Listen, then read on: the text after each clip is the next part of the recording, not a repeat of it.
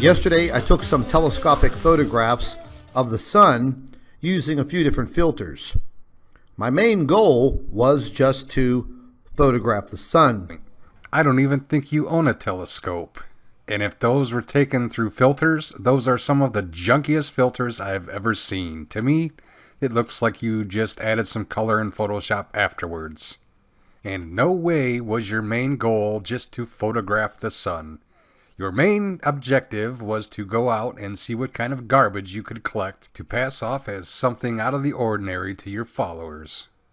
And I say this, why? Because this is what the sun looks like using only a camera and a proper objective solar filter. If anything, what you have done is bought a little telescopic lens thing from the dollar store that goes over your cell phone camera. There's no way in the world you're using an actual telescope with actual filters.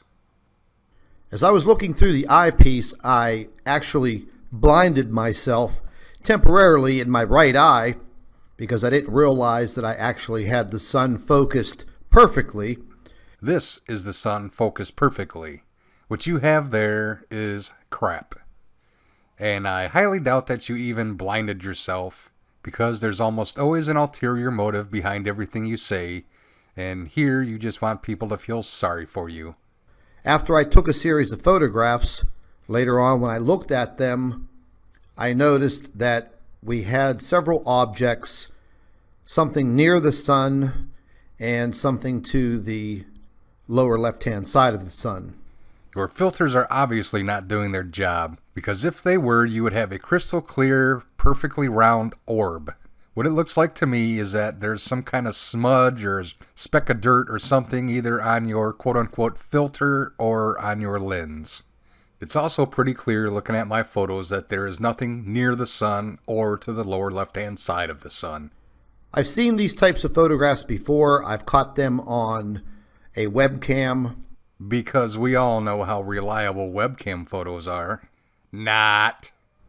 Now, ladies and gentlemen, I have absolutely no concrete evidence whatsoever that this object is a brown dwarf. Counterpoint. No, actually, I agree with that one. You have absolutely no concrete evidence that that is a brown dwarf. You're right. It highly resembles what scientists use in artist rendition photographs. Yeah, well, it also looks like it could be dust on the lens, or moisture on the lens, or grease or oil spot from your fingers, lens flare, reflection, a little speck of dirt stuck on your filter. I mean, it could be actually any number of things. Just maybe by chance that when I was snapping these photographs yesterday, I was able to capture this object. Yeah, by chance. I'm sure that's it. Because it seems like every time you take your camera out, you by chance catch something. You must be the luckiest photographer ever. I've placed it through several different filters and tried to enhance the object as much as possible, but the original photographs... Oh, it looks like you've SpongeBobbed it again with your secret photo processing technique. I'm really not going to say too much about these photographs because the trolls are going to come out in droves over this. Their first reaction and comment will be, that is a lens flare. You not say too much about anything? Is that why you dedicated 2 regular shows plus a 2.5-hour live stream to these photos? Because you're not going to say too much about them? And the trolls would be pretty close to correct, because there's no way that that is a planet or a brown dwarf sitting next to the sun. They cannot produce a lens flare that looks like a striped planet, clearly with a surface. Yeah. I'd beg to differ. It's actually quite common. We are already seeing a major uptick in earthquake activity on this planet, and it is going to get worse. Dude, look at any statistics on earthquakes. They are not increasing. If the smaller ones are increasing, it's only due to better equipment, social media. They're just not. Earthquakes are not increasing.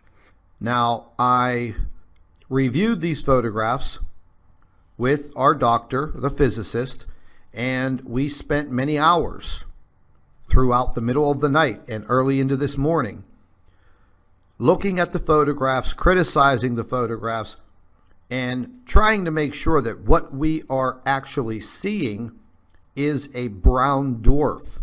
Do you mean the physicist that said, no astronomer in their right mind will go along with what I have said? And I mean, all I really want is to understand what's going on in the solar system. I want to understand physics. or are we talking another physicist?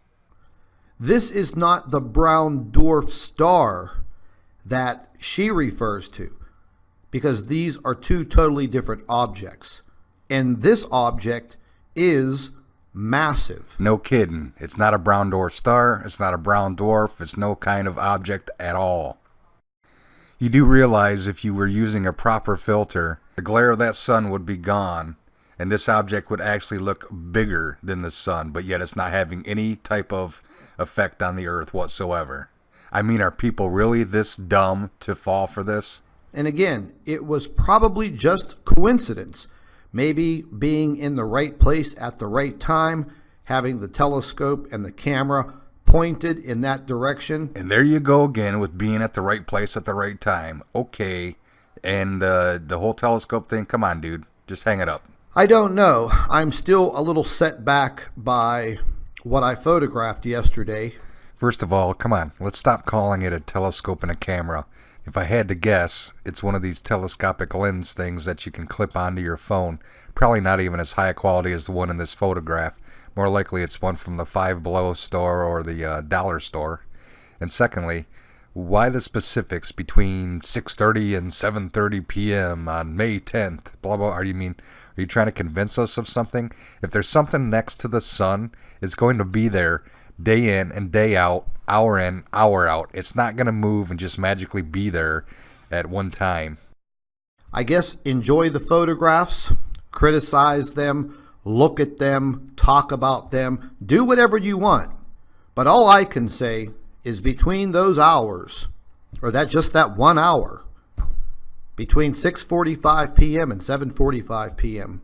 on May 10th, I pointed my telescope and camera system directly towards the sun, using several different filters. This is what I captured.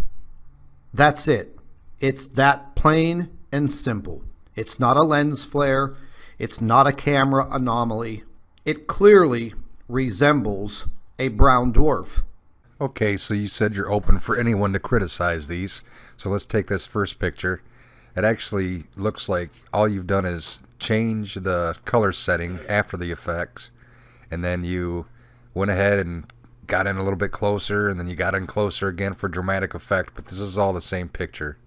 If you're truly changing filters and everything, the pictures would not be in the exact same place. I know for a fact that you've got to screw filters on and off, and especially if it's a telescope, you're going to have to realign it and everything, and these would not be the same pictures. So the effect is definitely added after the fact.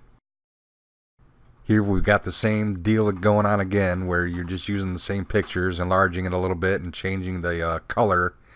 In the second one, the color is different. The third one, you put a little arrow showing this little supposed, brown dwarf or whatever collapsing into the sun.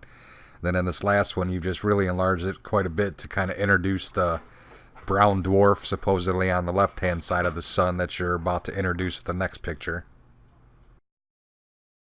Here's another example of using the same photo and doing all the effects afterwards. You can see the color differences, the lighting differences. Maybe you adjusted the hue or possibly the gamma of it, the exposure.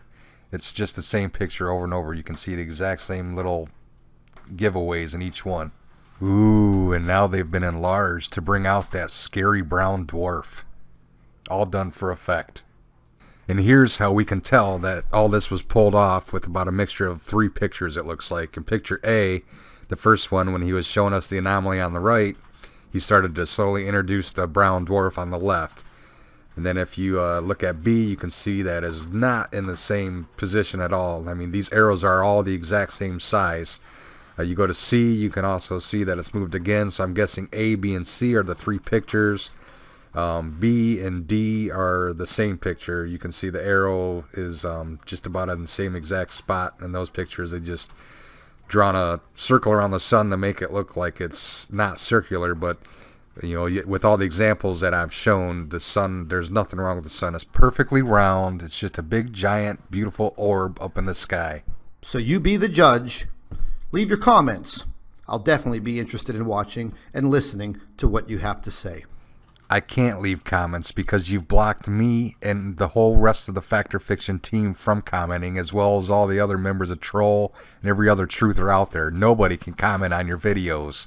You may be interested in watching just so you can get new material for the next time you slander everybody that has anything bad to say about anything that you do. As I'm sure you won't address any of this stuff because you don't address anything in any of the videos that I put out ever, except for to say, oh, they're just a bunch of trolls and they're lying and they're making threats and blah, blah, blah, blah, blah. At least when we pointed out what was wrong with Chris Potter's video, he had enough balls to come out and admit that he made a mistake. I'd like to see the same out of you. Not once have you ever admitted that you've made a mistake for as many times as you've been proved wrong. Not once. And does your boy Potter realize that every time you make fun of people that putting out slideshow presentations, you're actually making fun of him? Does your physicist realize that every time you have her on, you totally lead the discussion just like a good lawyer? I wish you'd actually just stick to reading the news, dude, because you're actually halfway decent at that. What will continue to boggle my mind, though, is the amount of people that are actually falling for this garbage. That I will never understand.